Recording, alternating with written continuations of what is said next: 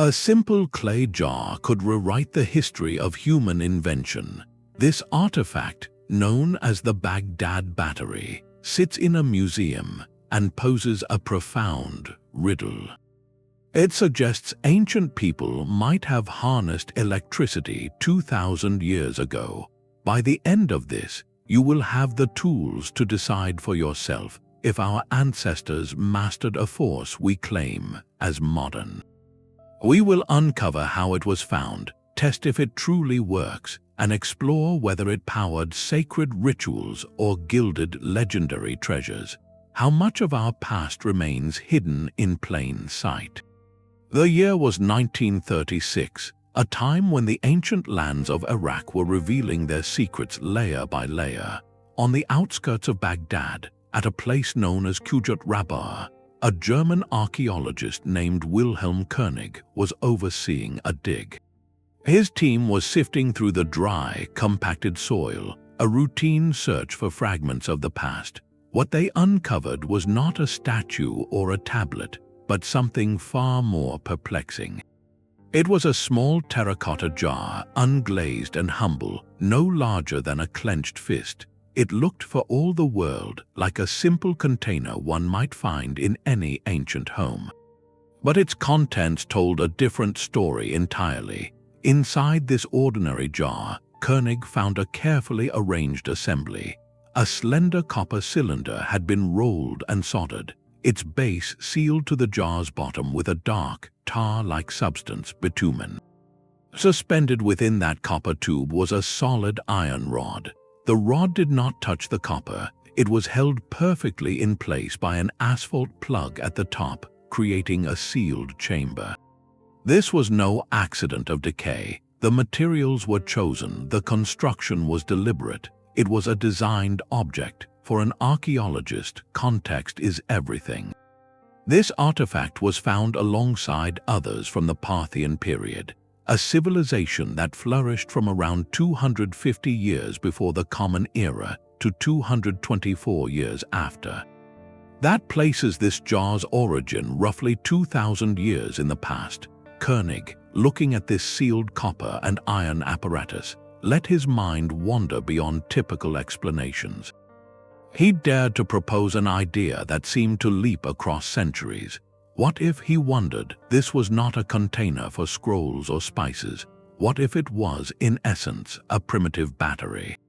A galvanic cell designed to produce a small electrical current. In that moment of quiet discovery under the Middle Eastern sun, a simple clay pot transformed from a household item into one of history's most provocative riddles.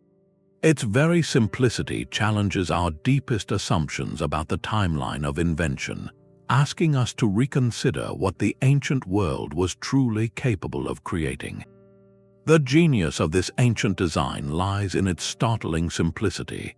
To grasp why this clay jar has sparked decades of debate, we need to look at its anatomy piece by piece. The entire apparatus is no more complex than something you could assemble in a kitchen today. First, the vessel itself, a humble terracotta jar about the length of a modern smartphone.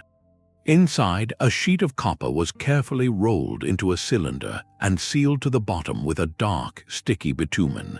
Then, an iron rod was inserted down the center of this copper tube, held perfectly in place by a thick plug of that same asphalt at the jar's mouth. This insulation is the critical clue. It ensured the two metals never touched, creating a small, sealed chamber between them. Now, imagine filling that chamber with a common acidic liquid from the ancient world, something like vinegar from wine or even citrus juice. This is where basic chemistry takes over. The acidic liquid acts as an electrolyte, a medium that allows charged particles to flow. The iron, being more reactive, would slowly corrode, releasing electrons. The copper, less reactive, would attract them. This movement of electrons from the iron to the copper through the electrolyte is, by definition, a flow of electricity. It is the same foundational principle behind the very first modern battery, Alessandro Volta's pile, invented in the year 1800. the ancient jar is essentially a single wet cell battery. In theory, a single cell might produce a faint current, barely enough to create a mild tingling sensation on the tongue, a known ancient test for electrical charge. But if you linked several of these jars together in a series, the voltage would add up.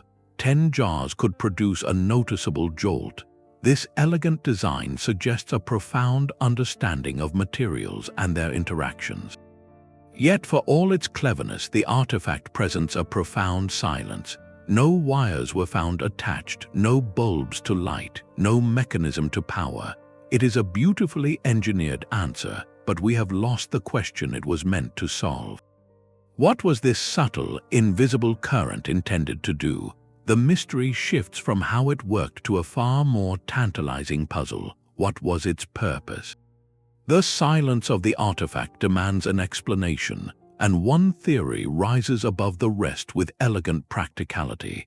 Perhaps this humble jar was the hidden engine behind the glittering treasures of antiquity. Across Mesopotamia, artifacts of breathtaking beauty have been unearthed, objects of silver adorned with a whisper-thin, perfectly even layer of gold. The conventional story is that this gilding was achieved through a painstaking process called mercury gilding, where gold was dissolved in mercury, applied, and then the mercury was carefully driven off by heat. It was a dangerous and volatile art, but what if there was another way, a cleaner, more precise method lost to time? This is where the battery theory finds its most compelling application. Imagine an ancient artisan's workshop, not with roaring fires but with quiet jars. They would prepare a solution containing dissolved gold salts, perhaps from a mineral like gold chloride, which could occur naturally or be created through simple chemistry. They would take their silver object, perhaps a ceremonial cup or a royal ornament, and connect it to the copper terminal of our clay jar battery. They would then suspend a piece of gold in the solution connected to the iron rod. When the circuit was completed, a subtle magic would begin. A low-voltage current flowing from the battery would cause gold particles from the solution to be gently drawn to the surface of the silver object. Particle by particle, a flawless molecularly bonded layer of gold would form. This process, what we call electroplating or electrodeposition, is remarkably efficient. It uses minimal gold, creates no toxic fumes, and produces a finish that is uniform and incredibly durable, resistant to flaking or wear. Look at a piece like the famous gilded silver vase from the Royal Cemetery of Ur. Its gold coating is so even, so seamlessly fused to the silver beneath, that some experts have quietly wondered if mechanical methods alone could achieve such perfection. The battery theory paints a revolutionary picture. It suggests workshops where chemistry was harnessed for beauty, where the spark of invention was used not for power but for prestige. It transforms the artifact from a curiosity into a tool of high craft, a silent partner in the creation of legendary wealth. This idea connects the jar's simple function to the most visible symbol of ancient power, gold. Yet, for all its logical appeal, it remains a theory without a smoking gun.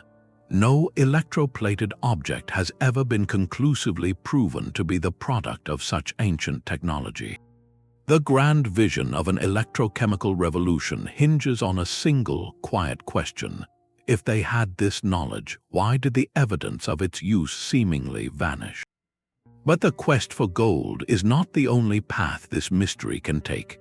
A jar that generates a subtle current could have served a purpose far more intimate, touching the very experience of the human body. Stepping from the artisan's workshop into the quiet space of a healer's chamber or a temple sanctuary, we encounter a second compelling theory. Ancient cultures were keen observers of nature, and they documented a fascinating phenomenon, the numbing power of certain electric fish.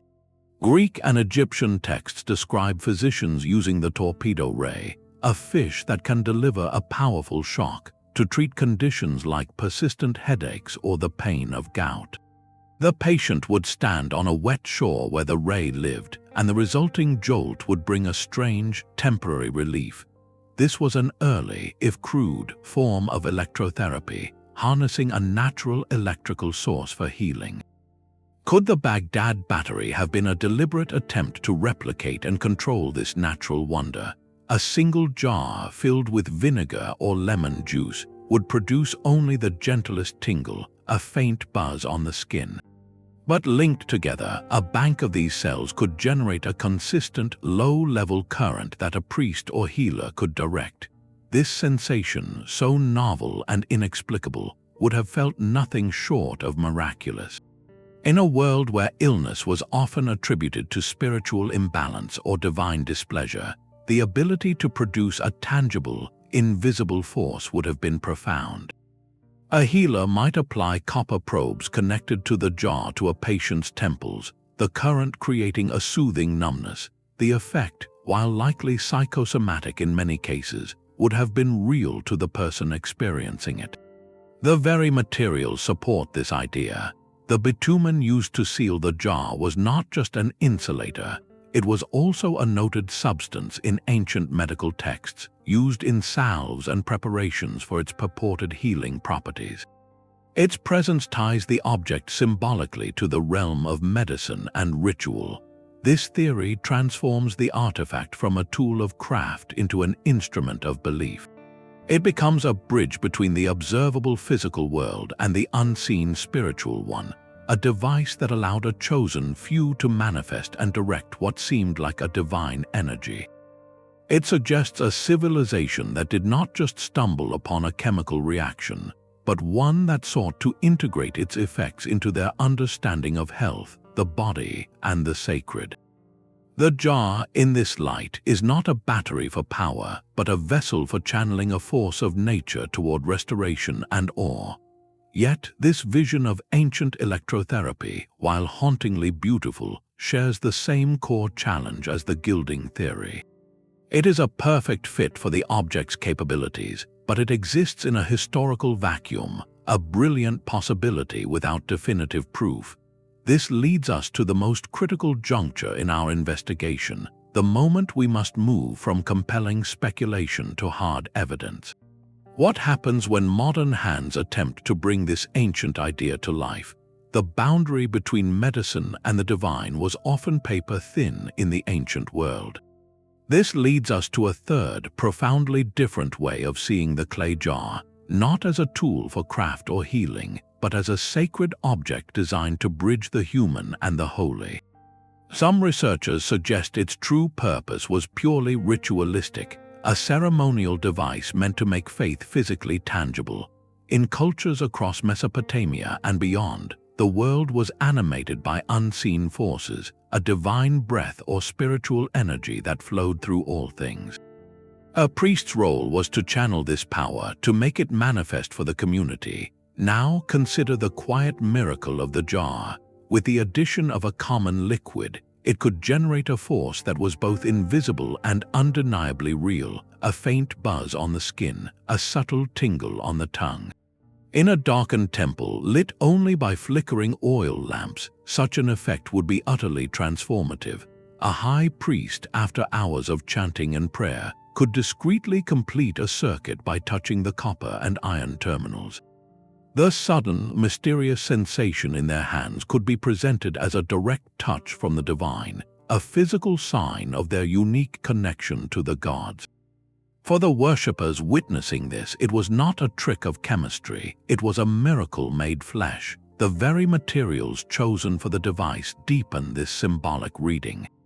In ancient Mesopotamia, copper was sacred to the goddess Ishtar, associated with love, war, and celestial power.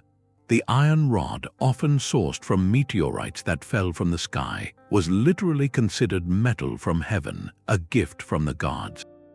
By combining these two sacred metals in a sealed vessel, the artifact itself becomes a ritual object, a container meant to capture and condense a fragment of celestial energy.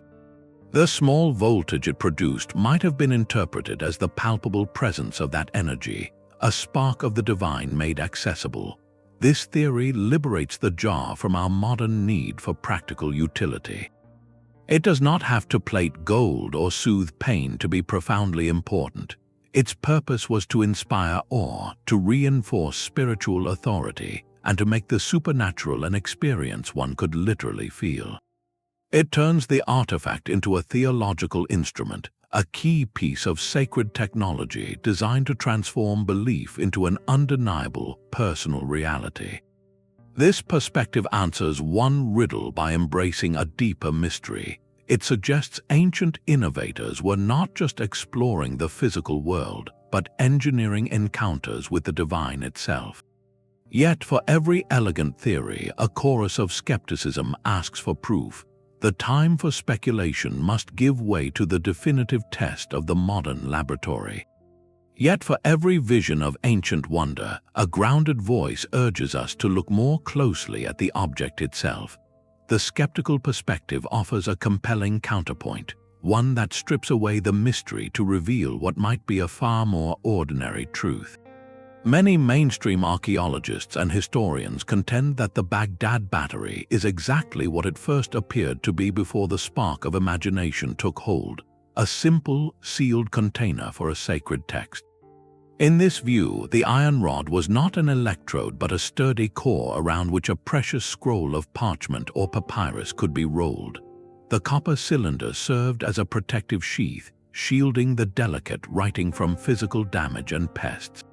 The thick plug of asphalt at the jar's mouth was not an insulator for a chemical reaction, but a hermetic seal, expertly designed to lock out the destructive humidity of the Mesopotamian climate and preserve the scroll for generations. We have direct parallels for this: archaeological finds from across the region where sealed clay jars were used as time capsules for documents, their contents surviving centuries because of such careful protection. The core of the skeptical argument rests on a profound absence of evidence. If the Parthians or later cultures possessed knowledge of electrochemical cells, where is the supporting infrastructure?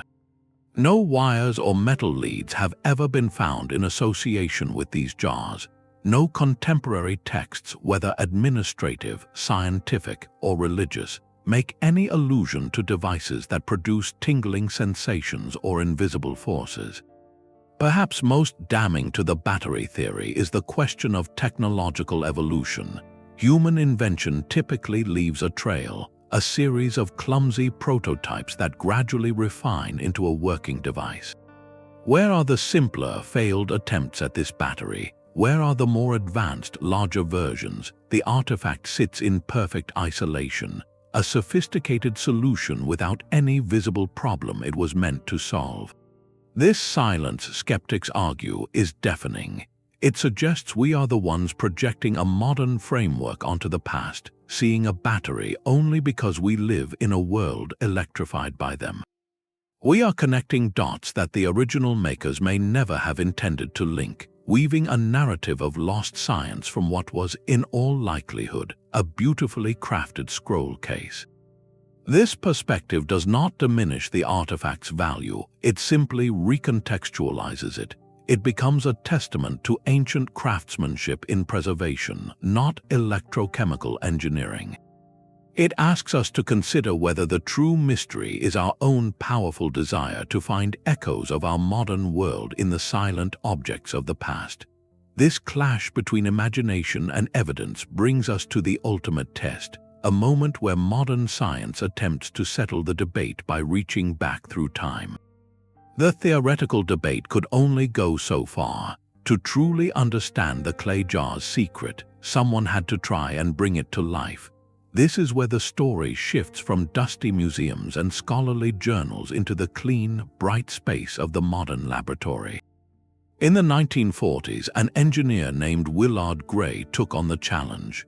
Working at the General Electric High Voltage Laboratory, Gray constructed a precise replica of the Baghdad find.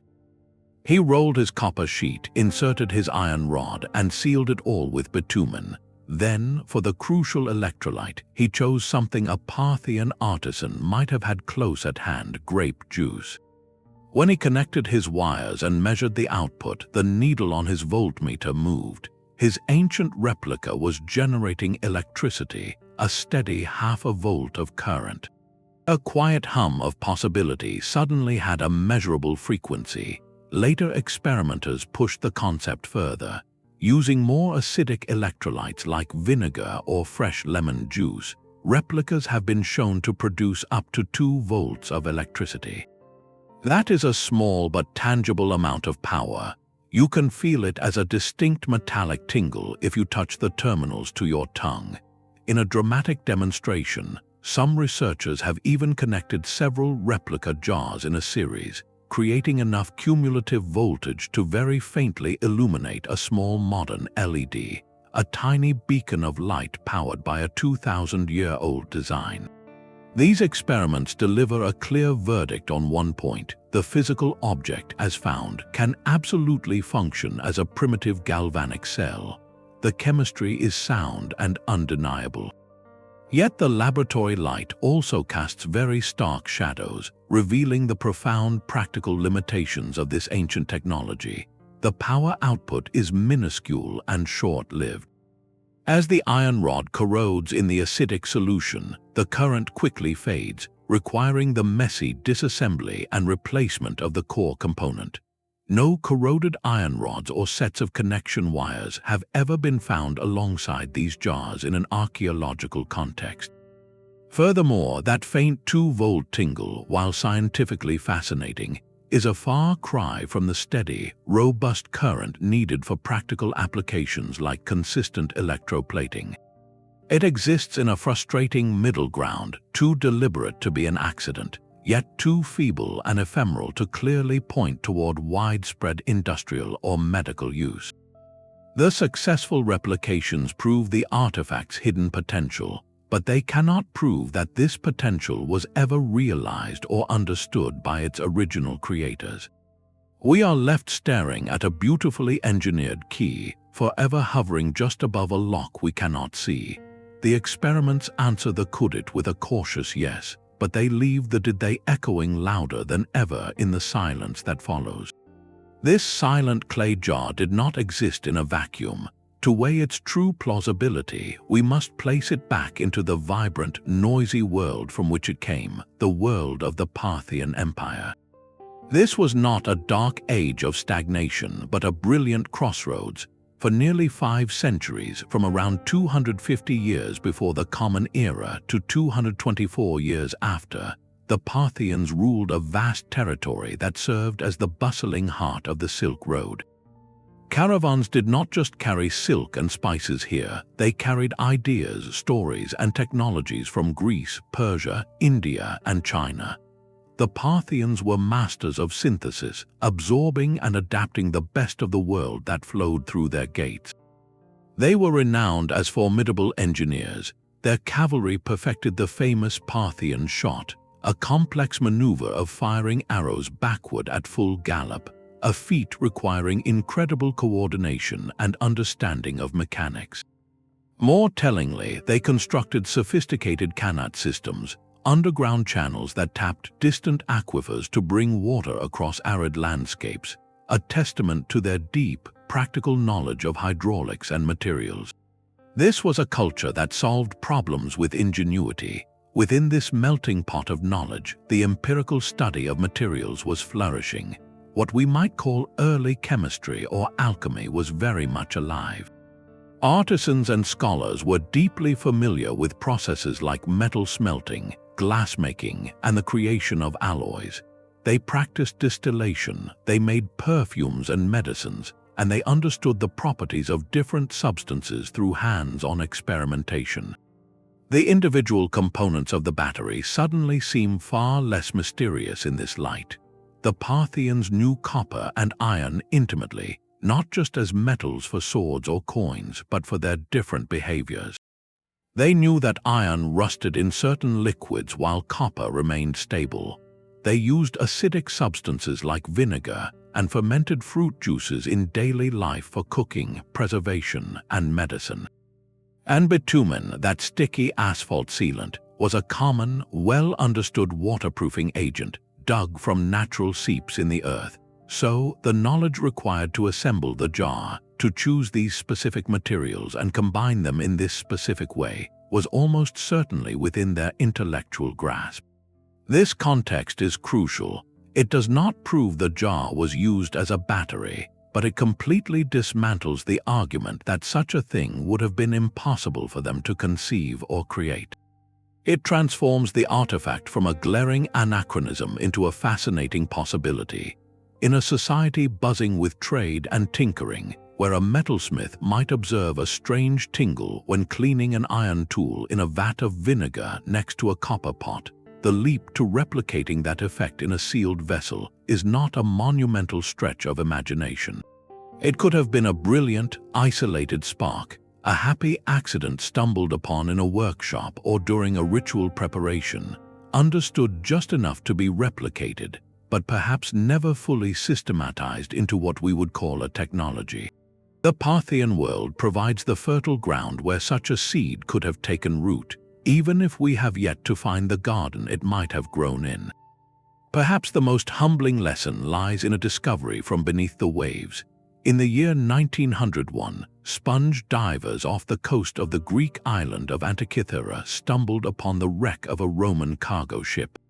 Among the statues and ceramics, they recovered a lump of corroded bronze and wood, so encrusted it seemed like worthless debris. Decades later, when it was carefully cleaned and examined, the world saw something that should not have existed. It was a complex clockwork device of at least 30 interlocking bronze gears, housed in a wooden case with inscriptions detailing cycles of the sun, moon, and planets. This was the Antikythera Mechanism, a precise analog computer built in the 2nd century before the Common Era.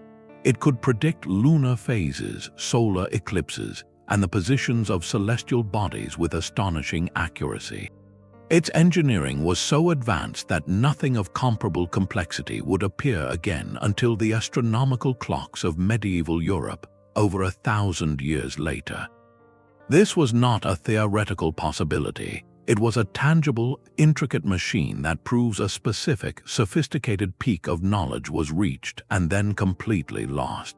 It forces us to accept that history can indeed misplace entire libraries of technical understanding. These artifacts, the jar, the reliefs, the mechanism, do not necessarily point to a single, unified lost civilization with electricity and flying machines. Instead, they sketch a different, more nuanced picture of human innovation. They suggest that progress is not a relentless, collective march forward. It is more like a vast, dark plain dotted with isolated campsites where brilliant fires are lit. At one campsite, a group of priest engineers might perfect the art of predicting the stars with gears. At another, artisans or healers might explore the curious properties of metals and acids. These fires can burn brightly, illuminating incredible possibilities, but they are vulnerable. They can be extinguished by social upheaval, by the loss of a single master artisan who never passed on the secret, or simply by a shift in cultural priorities that deems the knowledge unnecessary. When the fire goes out, the specific techniques fade into myth, and the plain goes dark again until, centuries or millennia later, another group, in another place, strikes a flint and starts the process anew, often with no memory of the previous light.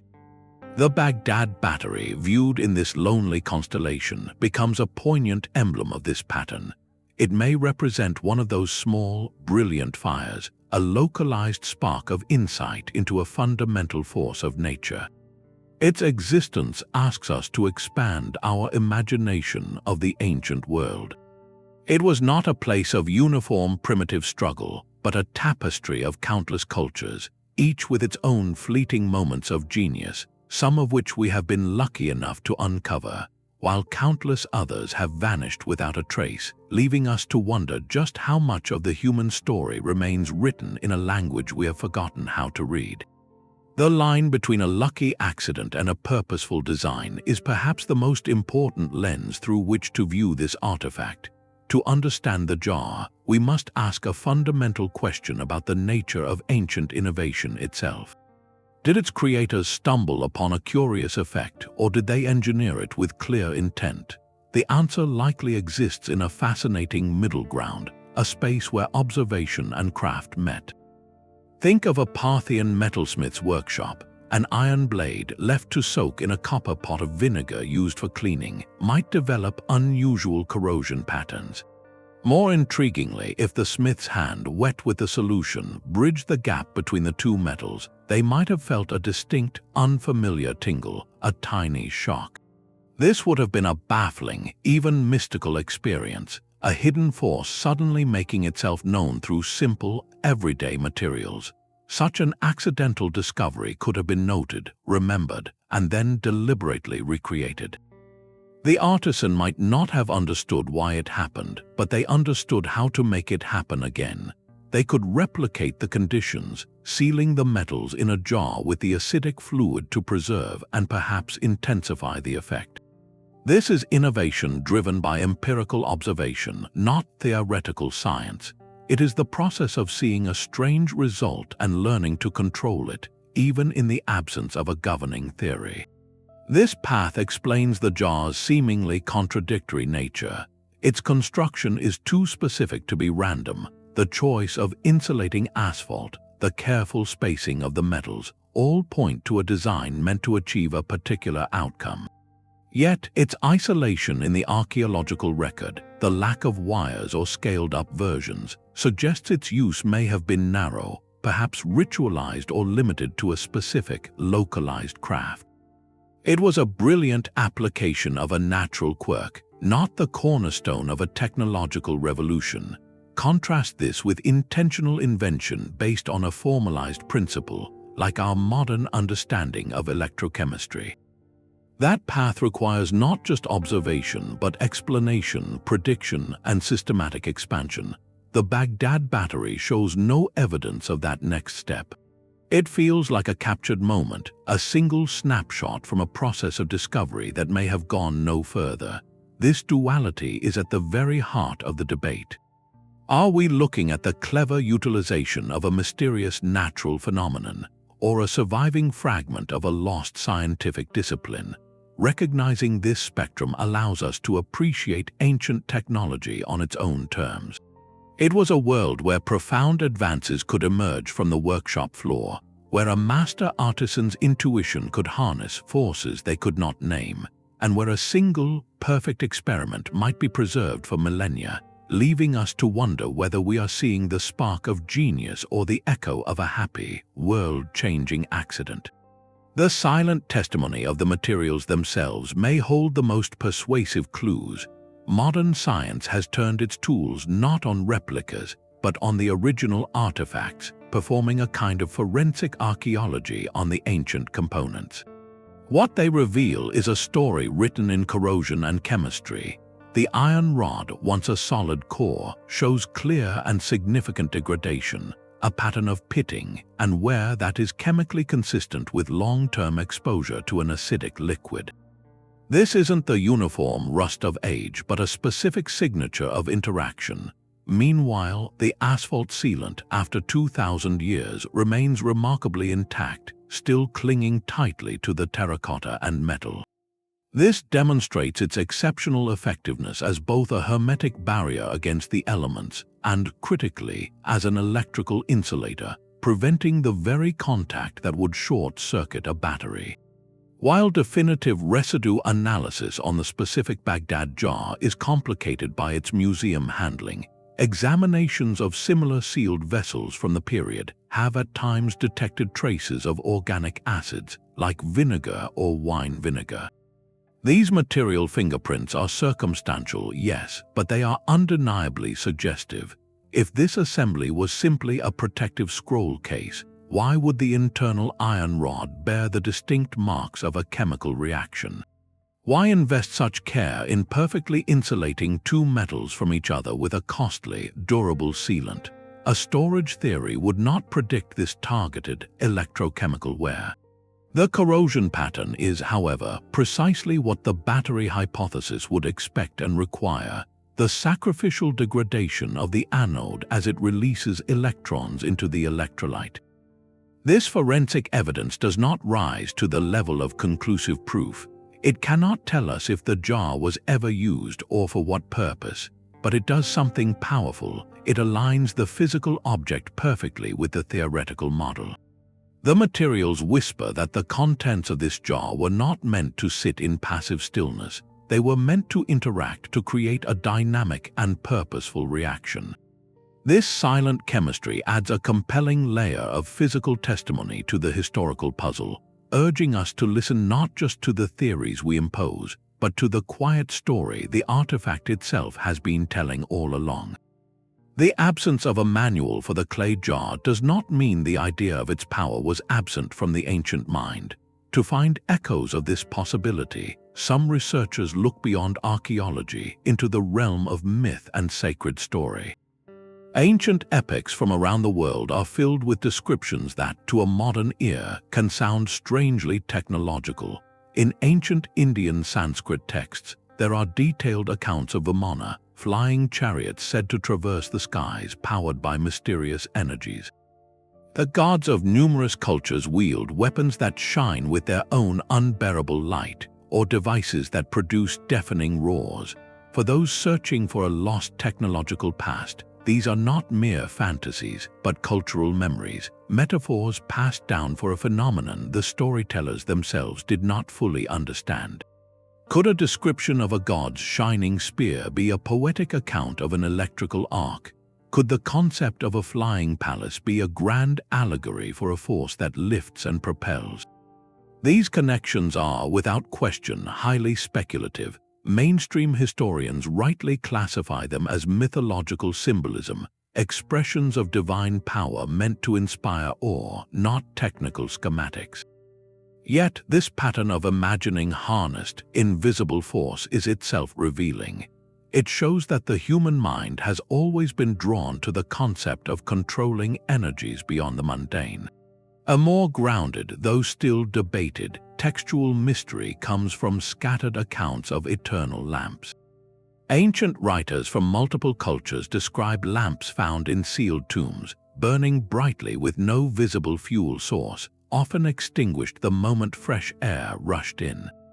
Some have wondered if these legends could describe a very slow electrochemical process, a primitive battery with a long-lasting electrolyte that produced a faint, eerie glow until its environment was disturbed. While no archaeological evidence supports this, the persistent legend again points to a deep-seated fascination with self-sustaining, mysterious light. What these mythological and textual echoes truly highlight is a fundamental human tendency. We seek patterns and meaning in the fragments left behind. They reflect a longing to see our ancestors not as primitive, but as insightful, as possessors of secrets we have since forgotten. This pursuit, while often straying from academic rigor, underscores an important truth about the Baghdad battery. The complete lack of a written record for such a device may be the most telling clue of all. It suggests that if this knowledge existed, it was likely not public science.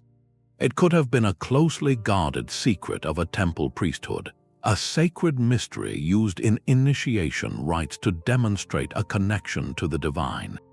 Or it may have been a specialized artisan's trick, a trade secret passed from master to apprentice in an unbroken, silent chain of practical knowledge, never deemed important enough to etch onto clay or papyrus.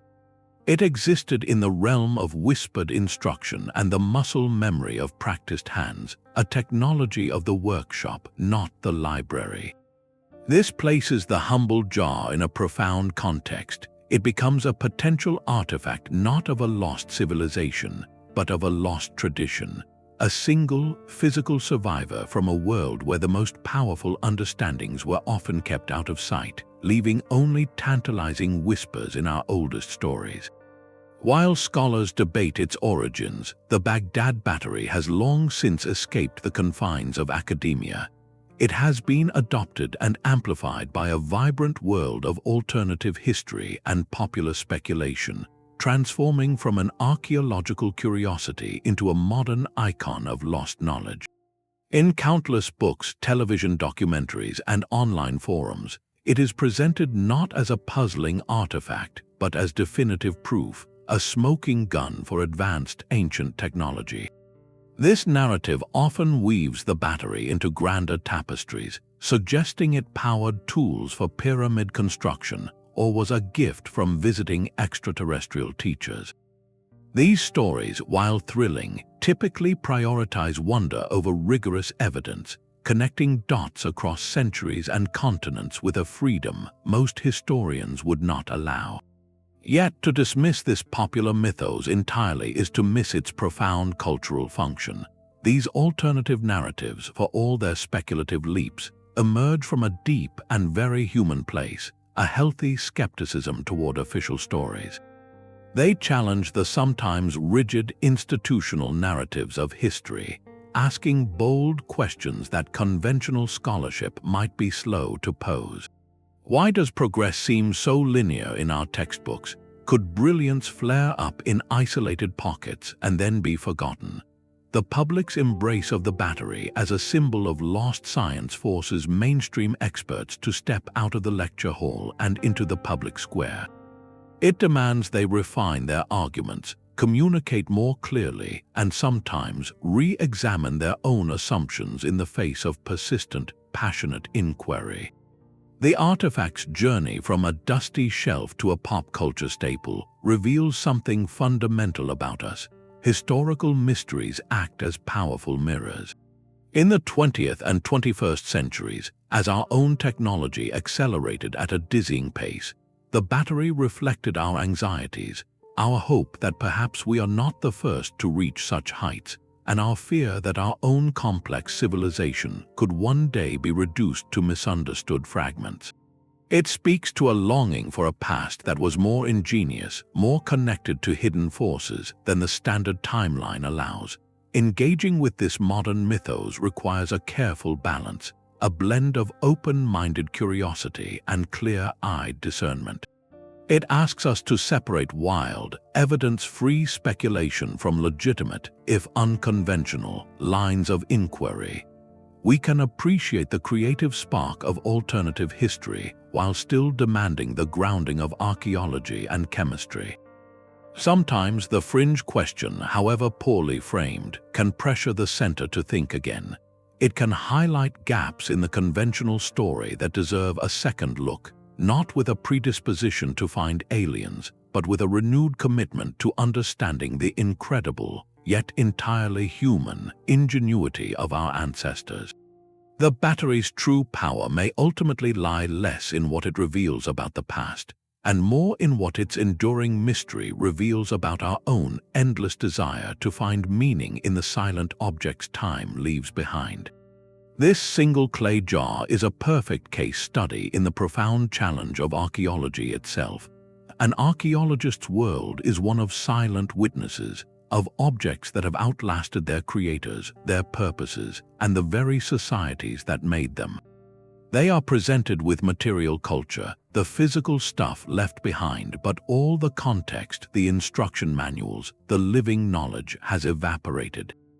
Interpreting the Baghdad battery is not about reading a clear text. It is an act of disciplined inference, of building a plausible story from a handful of durable clues. The scientific method, which guides so much of modern inquiry, craves replicable evidence and a wealth of corroborating data. Here, the data is a solitary jar, a corroded rod, and a sticky seal. It is a very thin thread from which to hang the weight of a rewritten history. This scarcity of evidence is why the same artifact can inspire such wildly different stories. An archaeologist trained in functionalism will instinctively seek a practical, utilitarian purpose. They look at the materials and ask, what job was this designed to do? This lens naturally leads toward ideas like electroplating or medical therapy, seeing the jar as a tool for craft or healing. Another researcher, versed in symbolic or cognitive archaeology, might apply a completely different lens. They would look at the choice of sacred metals, the sealed, secretive nature of the vessel, and ask, what did this object mean? What belief system did it serve? This perspective finds the ritual theory deeply compelling. The controversy is not really about the object itself, but about the frameworks we use to understand it. The same set of facts, the copper, the iron, the bitumen, can support multiple, equally logical narratives, depending on where you choose to shine your light. This dilemma underscores a quieter, more profound truth about history. What we call the past is not a complete record, it is a story told by the survivors. The victors write the grand chronicles, yes, but the deeper story is told by the materials that endure. Stone lasts, fired clay lasts, gold and copper can persist for millennia. But what about the technologies built from wood, leather, plant fibers, or cloth?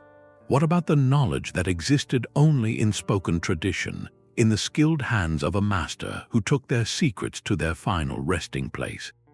The vast, silent majority of ancient innovation, particularly the everyday and the ephemeral, is lost to us forever, dissolved by time.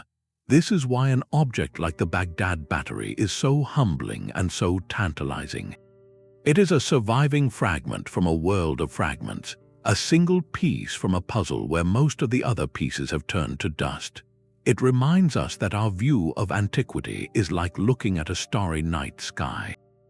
We see the bright, enduring points of light, the pyramids, the statues, the written codes, but we are missing the dark matter between them, the intangible technologies, the common practices, the lost sciences that might have connected those points in ways we can no longer see. Our responsibility, then, is to construct the narrative from what remains with both rigor and imagination, always acknowledging the vast and silent gaps in our knowledge. This solitary clay jar from Baghdad is not a complete anomaly when we cast our gaze across the map of antiquity. To truly gauge its significance, we must ask if other cultures held pieces of the same electrochemical puzzle. Evidence suggests they did, not in the form of identical batteries, but in a widespread, practical awareness of how metals and acids interact. The ancient Egyptians, master goldsmiths, developed a technique called cementation to apply stunning gold-like surfaces to silver artifacts. They would sandwich the object between gold leaves and a paste containing salts, then apply intense heat.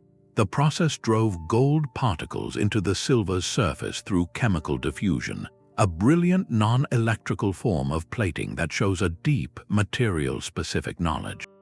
Across the Mediterranean, Greek and Roman builders faced a mysterious architectural ailment. They used iron clamps to hold massive stone blocks together in their temples and monuments. Over centuries, when these iron fittings were exposed to moisture, a slow, destructive reaction occurred. The iron would corrode expansively, cracking and splitting the very stone it was meant to secure. This is galvanic corrosion in action, a process where two dissimilar metals in a damp environment create a weak electrical current that eats away at one of them. The builders did not understand the electrochemistry, but they witnessed its powerful effects firsthand. Far across the world, the Maya of Mesoamerica achieved something equally delicate. To carve intricate designs into extremely hard jade, they did not rely on brute force alone. Evidence points to their use of acidic plant saps, perhaps from fermented fruit or certain vines, which they would paint onto the jade's surface.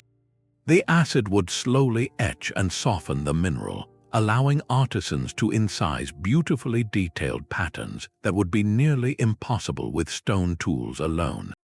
This is a conscious harnessing of chemical action for artistry. None of these examples constitute a battery, but they all demonstrate a foundational truth.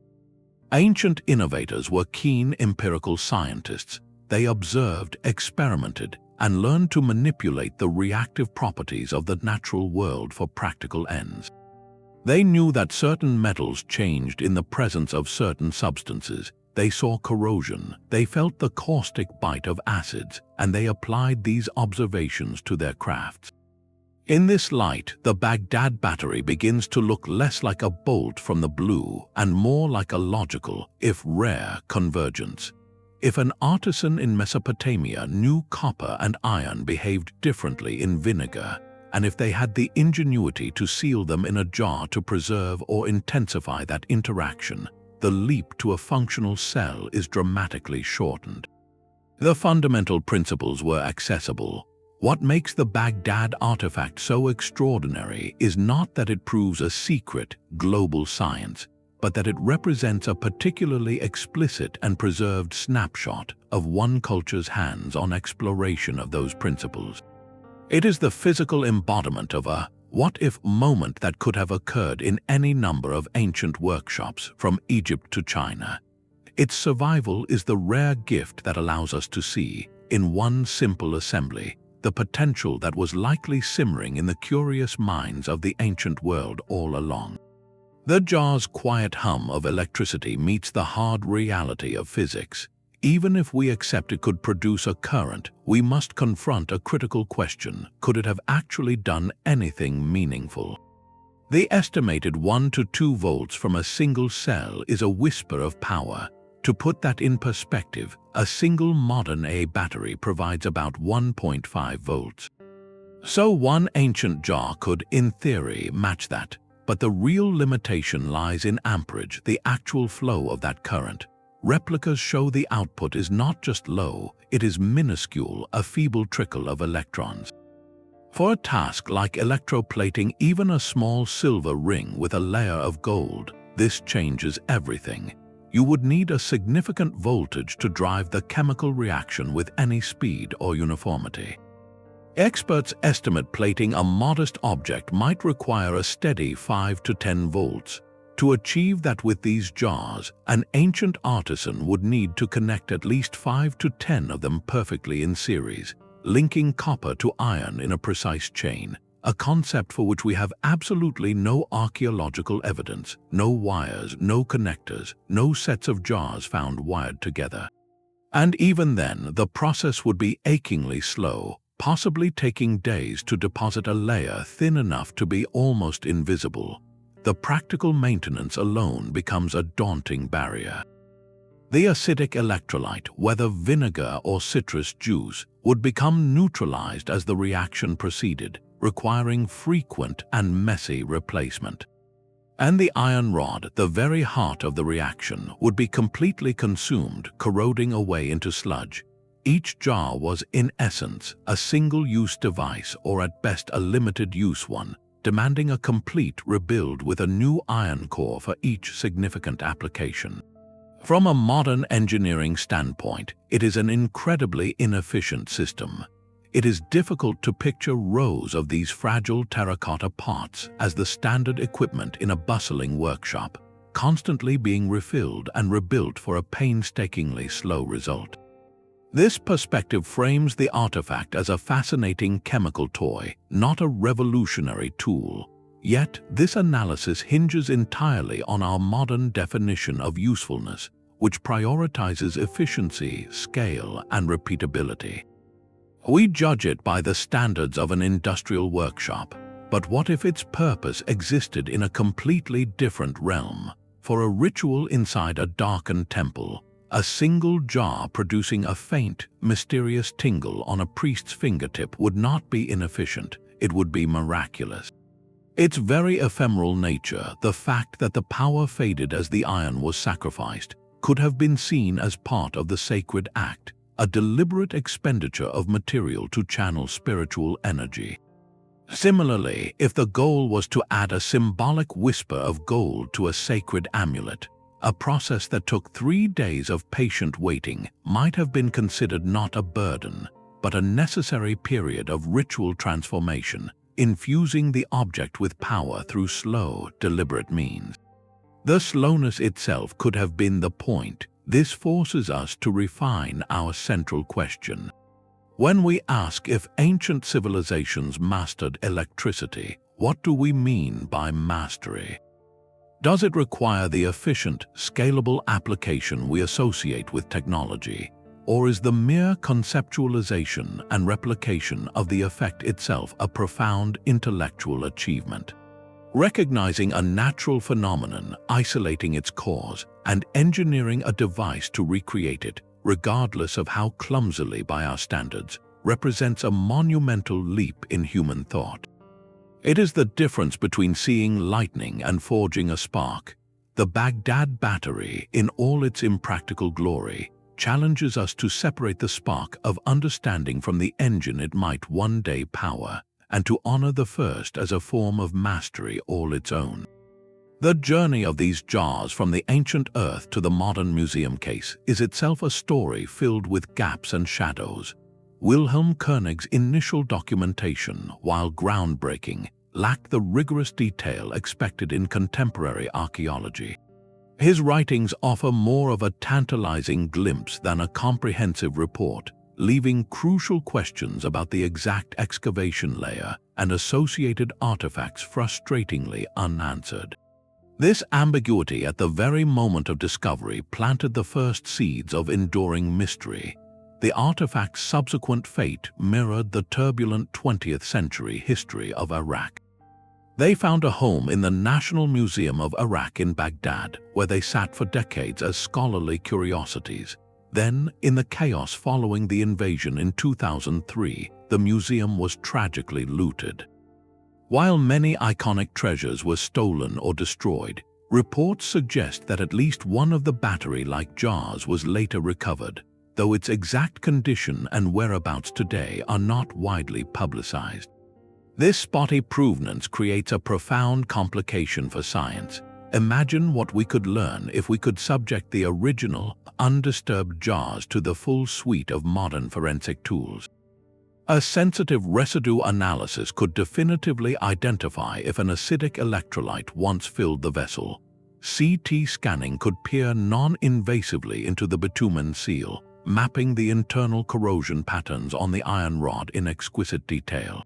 Advanced dating techniques could precisely anchor the object to a specific century, yet these opportunities are hindered by the artifact's troubled modern history, their physical condition, and the challenges of access and ongoing preservation efforts. The gaps in their museum records do more than just frustrate researchers, they actively shape the debate. For skeptics, the lack of pristine archaeological context is a major strike against extraordinary claims. For those intrigued by the battery theory, the same voids become spaces where legitimate questions and more imaginative speculations can both take root. This meta-mystery of the jar's own curation forces a sobering realization. The artifacts we study are never truly static.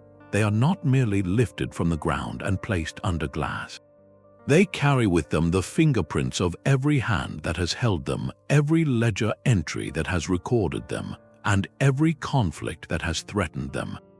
Their modern journey through war, loss, and recovery is inextricably woven into their ancient enigma, reminding us that our window to the past is often clouded by the very events of our own time. So the real question this clay jar poses may not be about wires or voltage, but about the very shape of history itself. Our modern world is built on a foundational belief, the idea of linear progress. We assume that human understanding moves in one direction forward, accumulating knowledge like bricks in a wall, each generation building upon the last.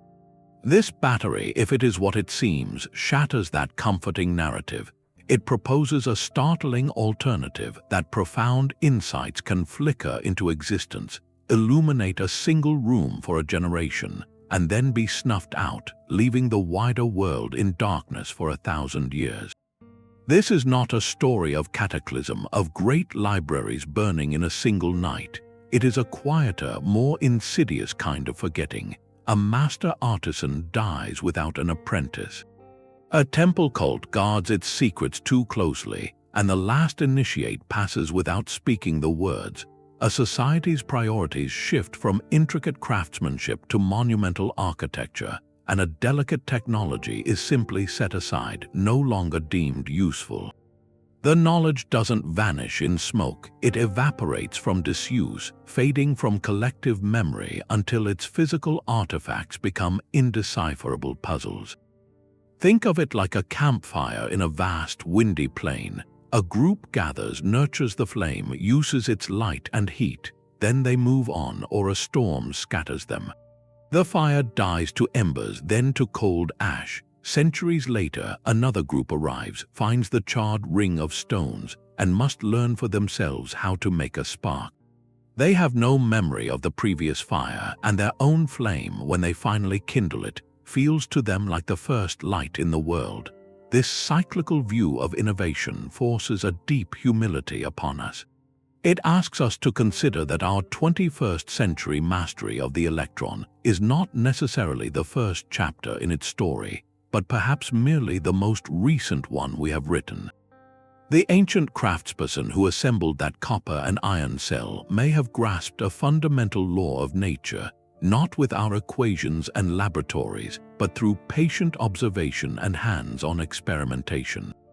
They mastered it within the limits of their materials and their worldview, perhaps seeing it as sacred chemistry or divine touch rather than physics. And then that specific mastery was lost, not because they were primitive, but because the fragile chain of transmission was broken. This perspective transforms how we see every unexplained artifact from the past. They are not necessarily proof of alien visitors or a single global super-civilization. They are more likely lonely embers, surviving evidence of those isolated campfires of genius that burned brightly in their own time and place. The Baghdad battery, then, becomes a philosophical challenge as much as an archaeological one. It quietly questions our technological arrogance, suggesting that the natural world reveals its secrets in whispers, and those whispers can be heard, understood, and then forgotten, over and over again across the span of human time. Our task is not to claim sole ownership of discovery, but to listen more carefully for the echoes of those earlier understandings, recognizing that the path of human ingenuity is not a straight line marching toward a predestined future, but a meandering trail through a landscape where brilliant clearings can be grown over and lost, waiting to be found anew. To move beyond speculation, we need a new kind of investigation, one that tears down the walls between academic disciplines. This is not a puzzle for archaeologists alone, nor for chemists or engineers working in isolation. It is a riddle that demands a conversation between them all. The archaeologist provides the crucial context, anchoring the object in its time and place, asking what other artifacts were found nearby and what the broader culture valued.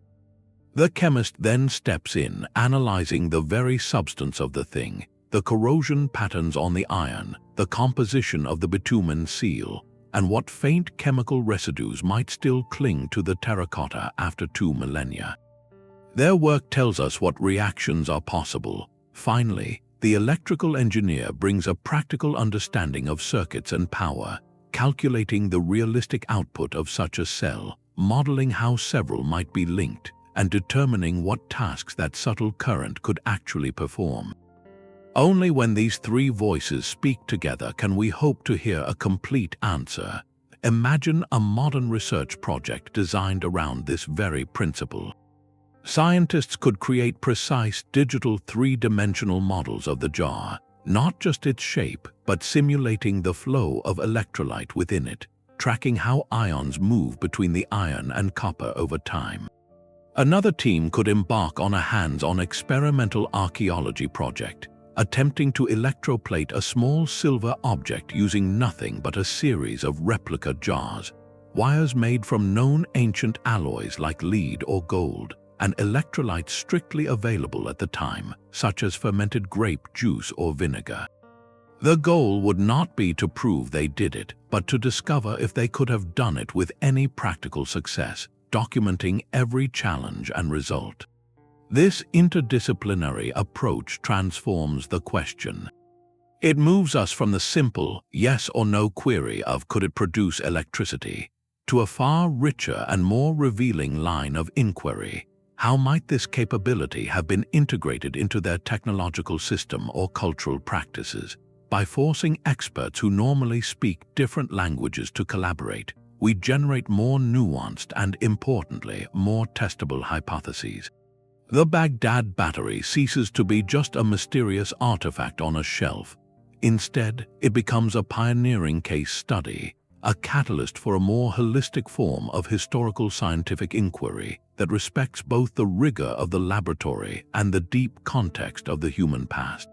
This collaborative model is perhaps the only way to give a voice to the silent objects of history, allowing them to tell their stories not in a single note, but in a full and harmonious chord of understanding. This silent jar compels us to ask a different kind of question, one that looks forward from the past. What if the spark it represents had been carefully nurtured instead of being left to fade? Imagine a world where the knowledge of that simple copper and iron cell was not lost but became a foundation. In this alternate history, the Parthians or perhaps a later culture might have refined the design. They could have linked dozens of these cells together, discovering that certain materials like gold or even damp thread could carry the curious tingle from one jar to another.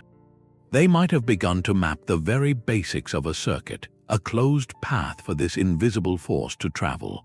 The societal ripples of such sustained inquiry are profound to consider. Widespread electric lighting would likely have remained far out of reach, a phenomenon requiring a leap in scale and materials they simply did not possess. But other applications could have blossomed. The art of electroplating, if systematically developed, would have transformed metallurgy and decoration.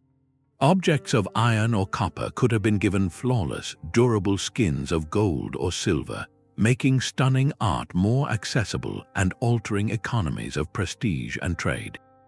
In medicine, the observed numbing effect might have evolved from a temple mystery into a more studied practice, perhaps leading to early, crude devices for managing persistent discomfort. The most significant shift, however, would have been philosophical. For centuries, the dominant understanding of nature in many ancient cultures was animistic or divine, filled with spirits and gods directing the world.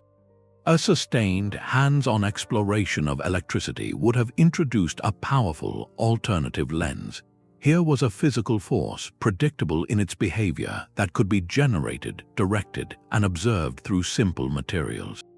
It was a phenomenon that bridged the gap between the seen and the unseen in a tangible way. This could have accelerated the conceptual move from a world explained by capricious wills to a world governed by consistent, investigible principles. The discovery of the link between electricity and magnetism, which in our timeline did not occur until the 19th century, might have been glimpsed centuries earlier if cultures were actively looking for what this strange current could do. This counterfactual journey is not about fantasizing over ancient light bulbs. It serves a deeper purpose, highlighting the profoundly contingent nature of our own history. The potential mastery suggested by the clay jar is not about constructing a modern grid, but about the fertile seed of an idea. Its loss represents a road not taken, a potential branch on the vast tree of human knowledge that was pruned before it could ever truly leaf out. Our present, with all its illuminated cities and digital networks, is built on one very specific and perhaps fragile lineage of discovery. It forces us to wonder how many other such seeds, ideas with the power to reshape a civilization's trajectory, have been found, held for a moment, and then quietly let go, leaving only a silent artifact to hint at what might have been. Wilhelm Koenig's initial hypothesis was met with a mixture of curiosity and polite skepticism from his peers in the 1930s. To many archaeologists, the idea seemed a step too far, an imaginative leap unsupported by the conventional understanding of ancient technological capabilities. For decades, the artifact remained a quiet footnote, discussed in specialist circles but largely absent from public imagination. This began to change in the mid-20th century as figures like Willard Gray conducted their tangible, hands-on experiments. The voltmeter's confirmation that the jar could indeed produce a current transformed it from a speculative notion into a demonstrable physical phenomenon. This empirical evidence forced a shift in the conversation. It could no longer be dismissed as pure fantasy. It was now a puzzle that demanded a more serious, if cautious, explanation. The artifact slowly migrated from archaeology journals into the realms of popular science and history, capturing the curiosity of a wider audience eager for mysteries that challenged the textbook narrative. This public fascination reached a fever pitch in the late 1960s and 70s, fueled by authors like Erich von Däniken. In his best-selling works, the battery was presented not as an isolated curiosity, but as a key piece of evidence for a grander, more sensational narrative involving ancient astronauts and globally advanced civilizations. This catapulted the humble clay jar into the stratosphere of popular culture, making it a household name among enthusiasts of alternative history. For mainstream academia, this was a double-edged sword. While it brought unprecedented attention to the artifact, it also firmly associated it with theories most scholars considered fringe and unsupported. The academic response often hardened into defensive skepticism, a desire to distance rigorous research from what was seen as sensationalism. For a time, the debate felt polarized, a shouting match between two camps that barely listened to each other. Yet, over the past few decades, a more nuanced and productive dialogue has quietly emerged. You will now find the Baghdad battery discussed in serious, peer-reviewed journals of archaeological science and materials history. Some papers meticulously model its electrochemical performance, calculating voltage curves and electrolyte efficacy. Others, with equal rigor, marshal evidence for the scroll storage theory, analyzing bitumen seals and corrosion patterns in the context of known Parthian practices. This represents a significant evolution from outright dismissal to a disciplined engagement with the artifact's material properties and possible functions. The question is no longer simply, is it a battery, but what can its physical composition tell us about the range of ancient technological knowledge? This interdisciplinary approach, blending archaeology, chemistry, and engineering, has elevated the discussion to a higher, more evidence-based plane. The digital age has fundamentally reshaped this ongoing debate, democratizing historical inquiry in ways Koenig could never have foreseen. Today, an amateur engineer in a home workshop can build a replica, film a detailed test, and share the results with a global audience overnight. Online forums buzz with discussions comparing electrolyte formulas, wiring techniques using historically plausible materials, and new theories about potential uses. This collaborative, global problem-solving is a powerful force, bringing fresh perspectives and practical experimentation to a decades-old mystery. Yet this open discourse is a double-edged sword. The same platforms that enable rigorous amateur research also allow misinformation and recycled sensationalism to spread at lightning speed, often blurring the line between careful experiment and clickbait speculation. Navigating this digital landscape requires a new kind of literacy, the ability to weigh sources, scrutinize methods, and separate signal from noise. Ultimately, the evolving conversation around this ancient jar mirrors a broader shift in how we interact with history itself. The study of the past is no longer the exclusive domain of specialists publishing in closed journals. It is increasingly a public, participatory, and technology-mediated endeavor. The Baghdad battery thrives in this new environment, a timeless reminder that invites everyone to look closer, to question assumptions, and to grapple with the gaps in our collective story. Its journey from a dusty excavation site to a digital age icon ensures that this 2,000-year-old vessel remains not a closed case, but a vibrant, living conversation, challenging each new generation to bring their own light to the enduring mystery of what our ancestors truly knew. The artifact's true legacy may not be in its voltage, but in the questions it continues to generate. This simple clay jar has ascended beyond its archaeological origins to become a powerful symbol of human curiosity itself.